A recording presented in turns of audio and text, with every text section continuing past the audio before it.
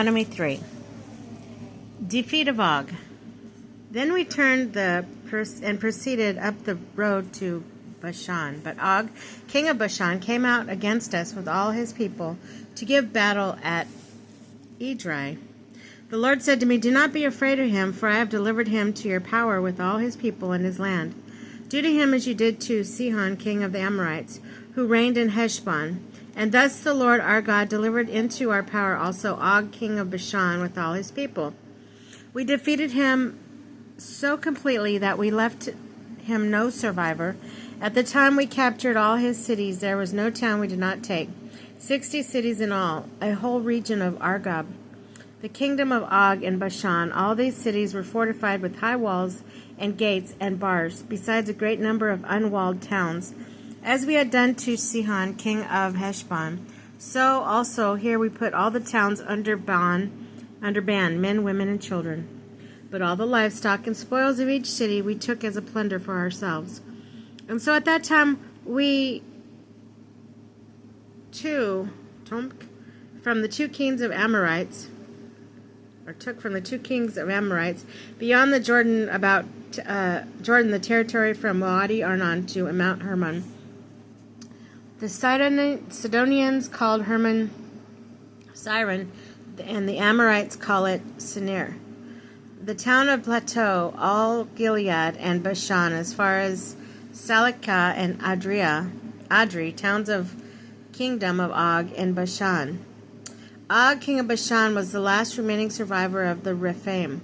He had a bed of iron, 9 regular cubits long and 4 wide, which is still preserved in Rabbah of the Ammonites.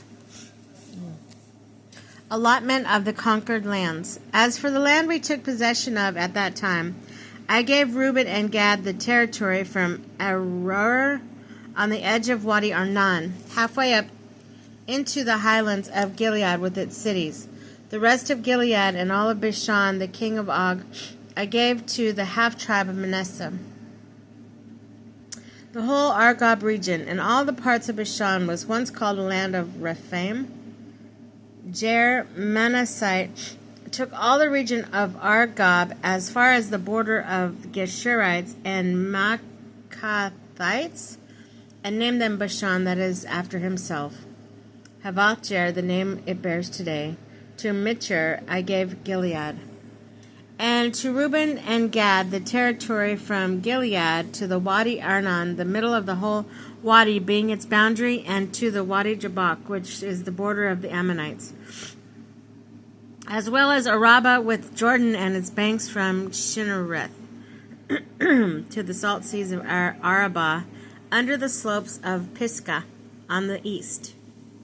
At that time I charged you, the Lord your God has given you this land as your possession, but all your troops equipped for battle must cross over in the vanguard of your fellow Israelites. But your wives and children, as well as your livestock, of which I know you have a large number, shall remain behind in the towns I have given you, until the Lord has settled your relatives as well.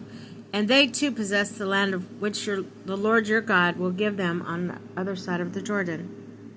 Then you may all return to the possessions I have given you.